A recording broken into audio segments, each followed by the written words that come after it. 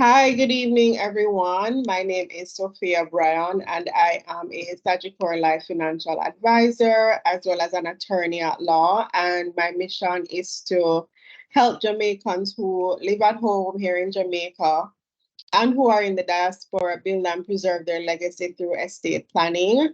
A key component of many estate plans is the acquisition of land. It's something that many people aspire to. And so this condensed webinar is an opportunity for me to share some insight and an opportunity for you to get a bit more clarity about the process. So I do have a PowerPoint presentation, so I'm going to go ahead and share my screen now. You'll have the opportunity to ask me questions towards the end of the presentation, and I'll do my best to give an appropriate answer. All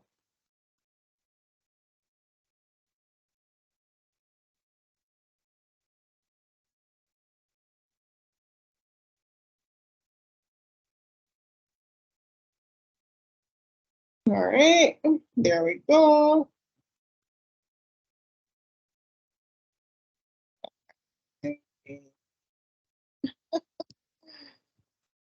Not the right presentation. Never mind. Let's try this again.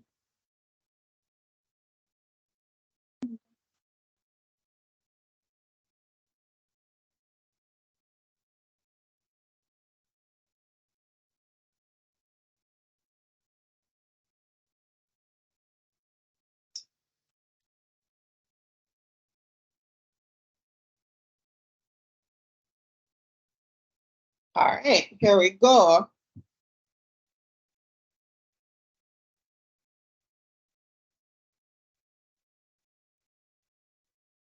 All right, so it's a bit about me. As I said, I'm an attorney, a licensed financial advisor. I'm also a business development strategist. I was a former youth ambassador for Jamaica, and that gave me an opportunity to assist the government with policy around youth and representation for youth. I'm an alumnus of the United States Department of State Fellowship, and I am the host of two podcasts. So if you're a podcast listener, I encourage you to look for the Driven Woman podcast and the Legal Minute with Sophia Bryan podcast. Both of them are on iTunes. And a simple Google search will allow you to find them and listen to some of the episodes of the past. All right, so please know this is not legal advice or financial advice. I'm going to be sharing with you the importance of credit in the home buying process, some of the fees involved, some of the necessary reports that you need to acquire, just a bit of an overview of key documents, and of course, how to leverage insurance in the process. All right, let's go. So, just an encouraging word here. Home ownership is a journey that is unique to you and your circumstances. Everybody is not going to get it the same way. Some of us will have help, some of us will not. But it's just a matter of assessing your own circumstances, your situation, to develop a plan that's feasible and workable. And a good man or woman leaves an inheritance to his children's children. And so I know land acquisition, land ownership, many of you will consider it to be an important part of the legacy that you will lead, and that's why you're pursuing that goal. So first things first, the role of credit and how to improve your credit score. Remember, this is an overview. At the end of the day, where improving your credit score is concerned is going to be unique to you. But the first thing you're going to do, as per the checklist, you are going to request a copy of your annual credit report. So just go to Google, type in free credit report, Jamaica. You may not even need to put Jamaica free credit report. And you will actually receive a copy. Put in your credentials. They'll give you the steps that you need to follow in order to get a free copy of your credit report. And what this is going to do is actually empower you with information about what your credit situation is. Do you have any outstanding loans, any outstanding debts that you probably never remember about, any bank fees that were accruing interest that you didn't remember about, any dormant loans? All of those things will come up on the credit report, and you will have an opportunity to do what needs to be done. So if it's in the case of a dormant loan, where you had some type of conversation with your financial institution about the loan, then you need to take steps to remove it from the credit report or dispute it. So you are allowed to dispute things. If you see where there are some bank charges, you may not remember anything about them, that's the opportunity to go into the bank and rectify those things, because all of this plays a role in your ability to get financing for something as major as a property. So that's the main thing. That's the first thing. First things first. What is your credit situation? Do you owe anybody? And if you have perfect credit, no credit card debt, no student loan, or if you do have some debt, it's under control. Congratulations.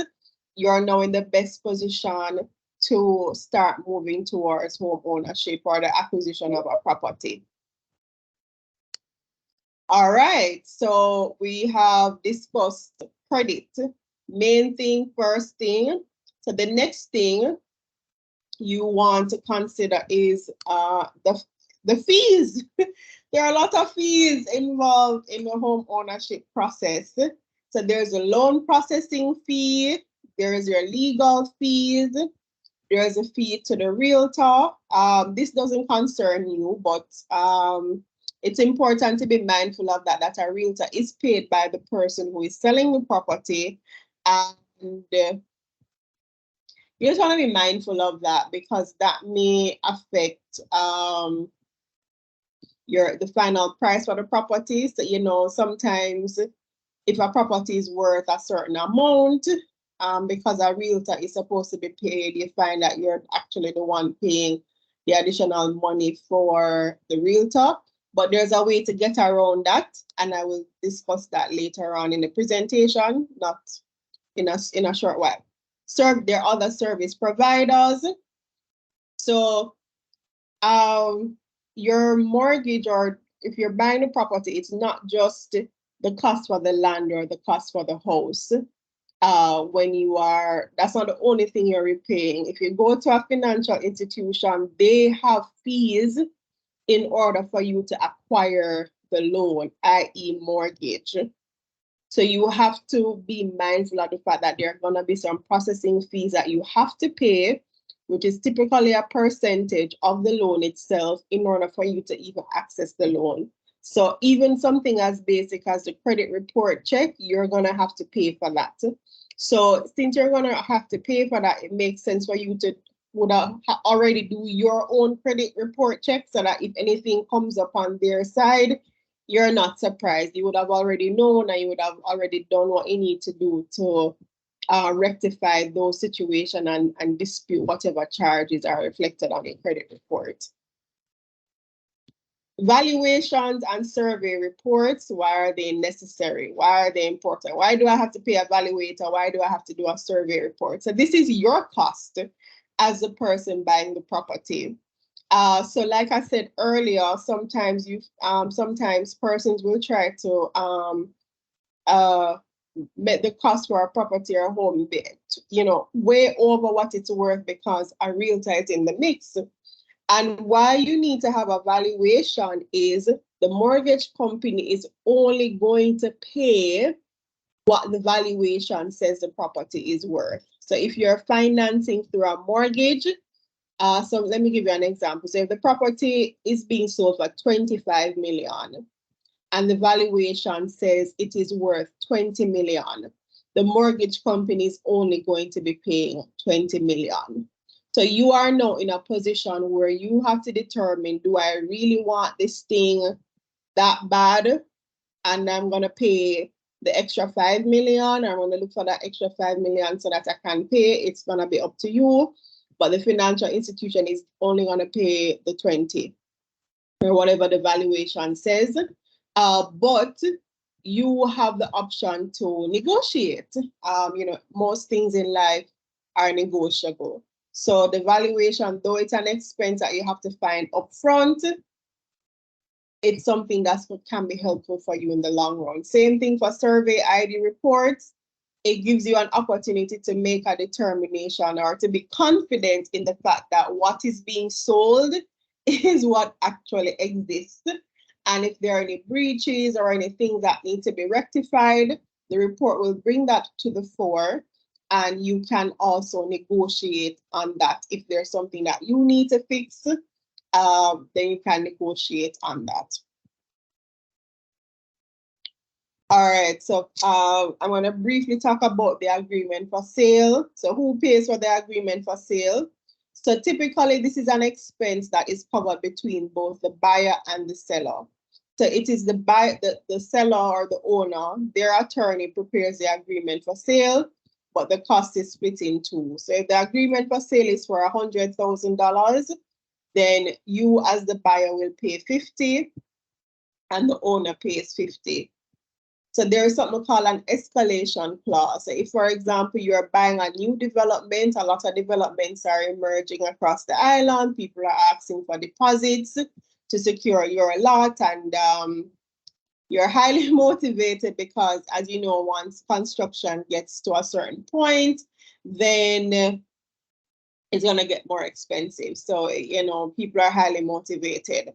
So you have to bear in mind that there can be an escalation clause in the agreement, which says that if this, by the end of the 12-month period that we said we would finish construction, if inflation, if the cost for things are much higher than we had anticipated, there may be, you're gonna pay more.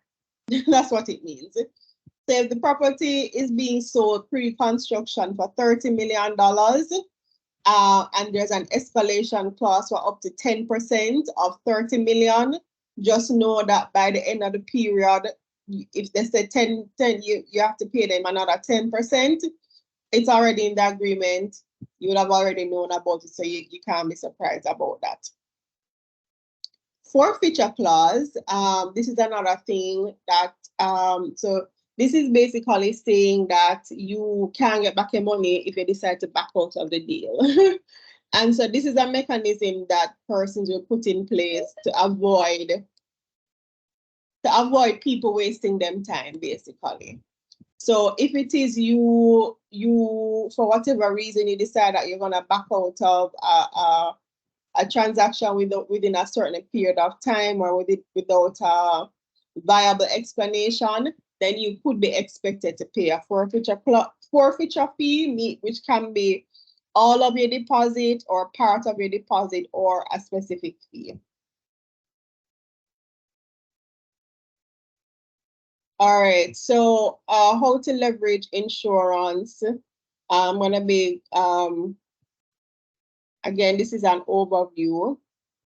So whenever you're buying any major asset in Jamaica, whether it's a motor vehicle or a home or property, again, I'm using the word asset loosely here. You know, there's a debate about whether land is an asset or not. You know, we're not getting into that. But once you're buying those things and you're getting a loan to acquire these things, you're gonna be required to have life insurance that matches the value of this thing.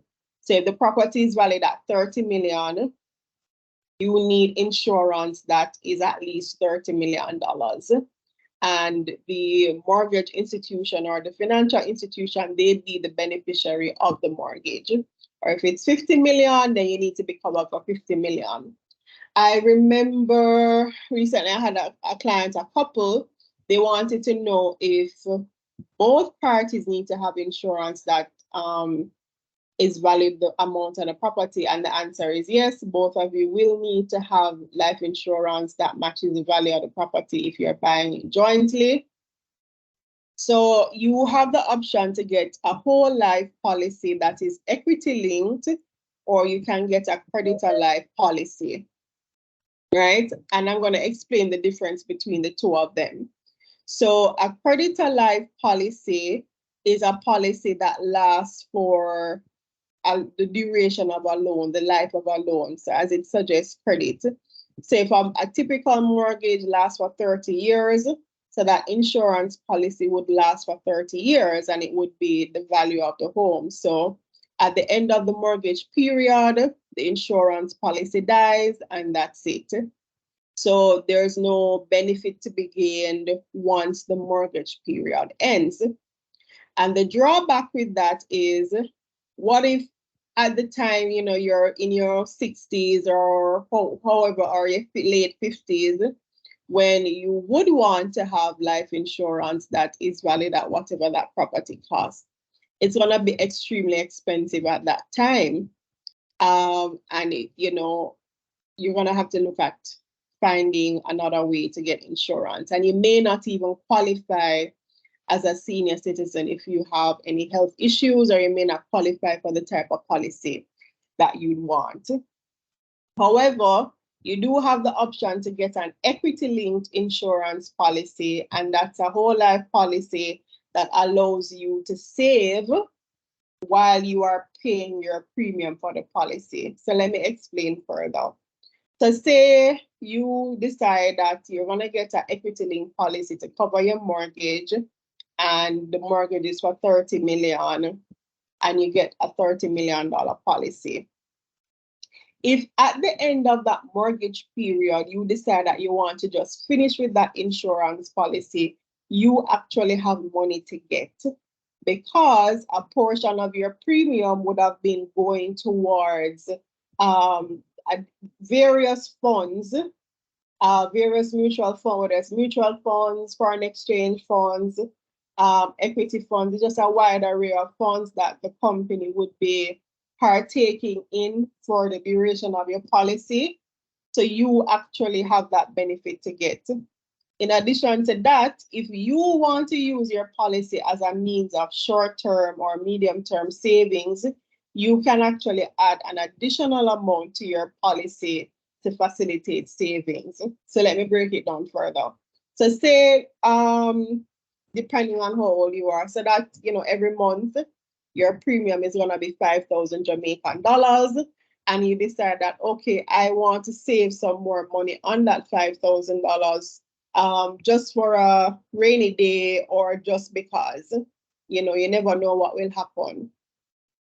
You have the option to do that. You can add any amount extra to your premium that you want. And when you go in and check on an annual basis, if you like how the funds have been performing and you want to pull money from your policy, you have the option to do that. So, I mean, it's up to you as the homeowner what you want to do. Some people don't trouble their main life insurance policy. They just leave it as is and get an additional creditor life policy just for the mortgage. Alternatively, you can use your whole life equity link policy, make the mortgage company a beneficiary, and then when the loan ends, you remove them as a beneficiary and add whoever you want to add. So why is insurance more expensive for men? You know, you answer that question by just driving on the Jamaican roads on a daily basis. Men are just more risk takers. You know, they drive recklessly, they do strange things that put them in hazardous situations. And so the insurance quote for a man is gonna be higher than for a woman. So if you're a partner, then, you know, your husband or whoever you're getting the loan with, you know, their quote is higher, or they're going to be paying more for their premium than you, then you know, that's because men are considered to be more high risk. And I would have already spoken to the fact that you have the option to add an investment premium if you get an equity-linked policy. Another way that you can use life insurance to leverage your acquisition of property is to get an investment policy. So again, there are some life insurance policies that are primarily geared towards investment. So even though there's a very small life coverage, most of your premium is going towards investment. So you get a higher rate of, substantially higher rate of return than if you were to just leave your money in a regular savings account. And again, it's something that you're able to look and track and see. So if you say that, okay, within the next 12 months, within the next 24 months, that's 2 years, I'm saving towards a certain amount for my deposit. You can actually use a policy to help you move towards that goal. You can be very aggressive about it. You have some policies that allow you to put aside as much as $50,000 a month, and as little as $7,500 a month. So those are great ways that you can save up for some of your miscellaneous expenses, some of your miscellaneous fees that you're gonna have to deal with those fees. You can utilize your policy to assist you with that, and you get in the rate of return. No, you can only access some of your money. You have to wait at least a year. You have to allow the policy to at least renew for a year. Then you can go in, and if you want to make deductions, you have the option to do that. But those are great sustainable ways, a lot less riskier than the traditional stock market, a lot less waiting period for some certain higher level investment options. So there are ways that you can save towards the goal. If you haven't started saving, I think life insurance is an excellent way to get you on that journey. And it's something that you're going to need anyways. So just a recap here now, and then I can take some questions. So next steps for you would be to work on your credit. And the first step in doing that is to know what your situation is. You know, for me, I know exactly what's going on my credit situation. I actually rectified some things that were there from last year, and I made a request for them to be removed. And now I'm told that I need to request a new one for the new year. So sometimes, you know, I didn't realize that time was going so quickly. So you have to get a new one every year. So updates are made every year. So find out what that is. If you are self-employed or you're a contractor, figure out what's going on with NHT, and you just simply do that by giving them a call, sharing your TRN and NIS with them. As a matter of fact, you can even set up an online account with NHT right now, so you can go in and see when you've made payments, if you have any refund that's due. Their system is pretty, you know, fairly modern. But if you're not tech savvy enough to do that, you can simply call them or go in office. Decide on the way that you want to leverage insurance. Do you want to use it as a means to start saving? Do you want to get a quote now? Do you want to set up a policy now? Because the younger you are, the less expensive it is for you. Look into other ways to save. Build a relationship with a credit union. So I recommend credit unions for certain kind of loans because I feel like they're more friendly towards especially self-employed persons or entrepreneurs. But it doesn't matter. It doesn't have to be a credit union. It can just be any financial institution. Start building a relationship with an officer or several officers. Let them know that you're working towards this goal, and they can let you know what the requirements are, and then you work towards meeting the requirements of that particular institution. And again, one generation shall commend your works to another and shall declare your mighty acts. Psalm 145:4. For many of us, the biggest motivation is the fact that we want to leave a lasting legacy for the people that are around us that we care about. And this is why we're motivated. Yes, it's a lot of things when you start the process, but once you prepare yourself, you know, once you do the basics, then you'll be fine. All right. So there are a few persons on, so I will give you an opportunity to ask questions.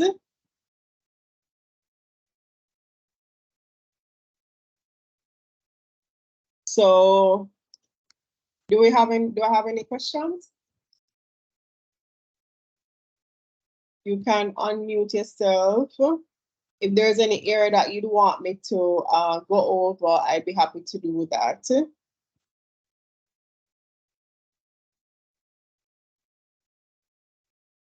I think there should be an option to raise your hand, but you can just unmute. And if you have any questions or comments about anything, if you need me to repeat anything, I'd be happy to do that.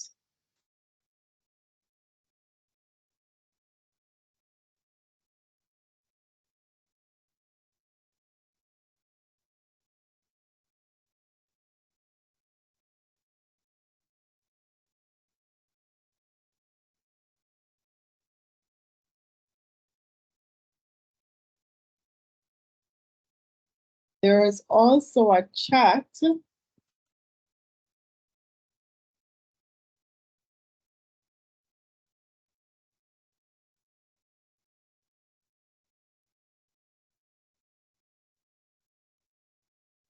All right, so I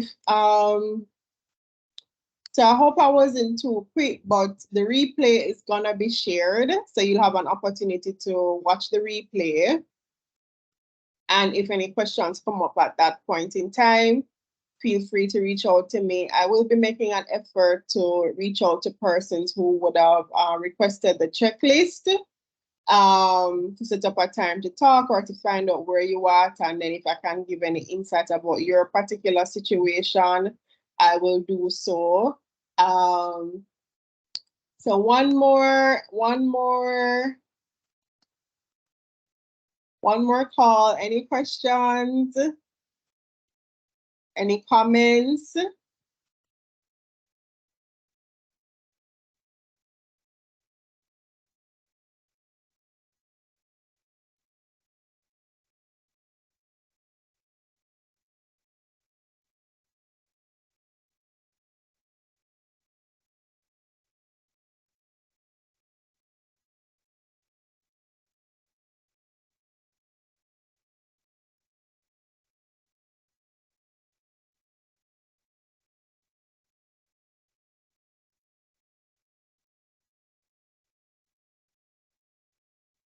All right, so with that,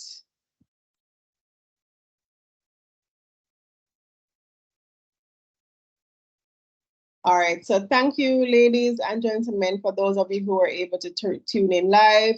I hope that the checklist that I shared would have added some insight about the process and given you a lot more clarity. My name is Sophia Bryan, and I look forward to interacting with some of you and being a resource as you embark on the journey of home ownership. Thanks for tuning in live, and for those of you who are going to be watching the replay, feel free to put some questions in the comment section, and I will answer them as best as I can. All right, so enjoy the rest of your Sunday evening, folks. Bye-bye.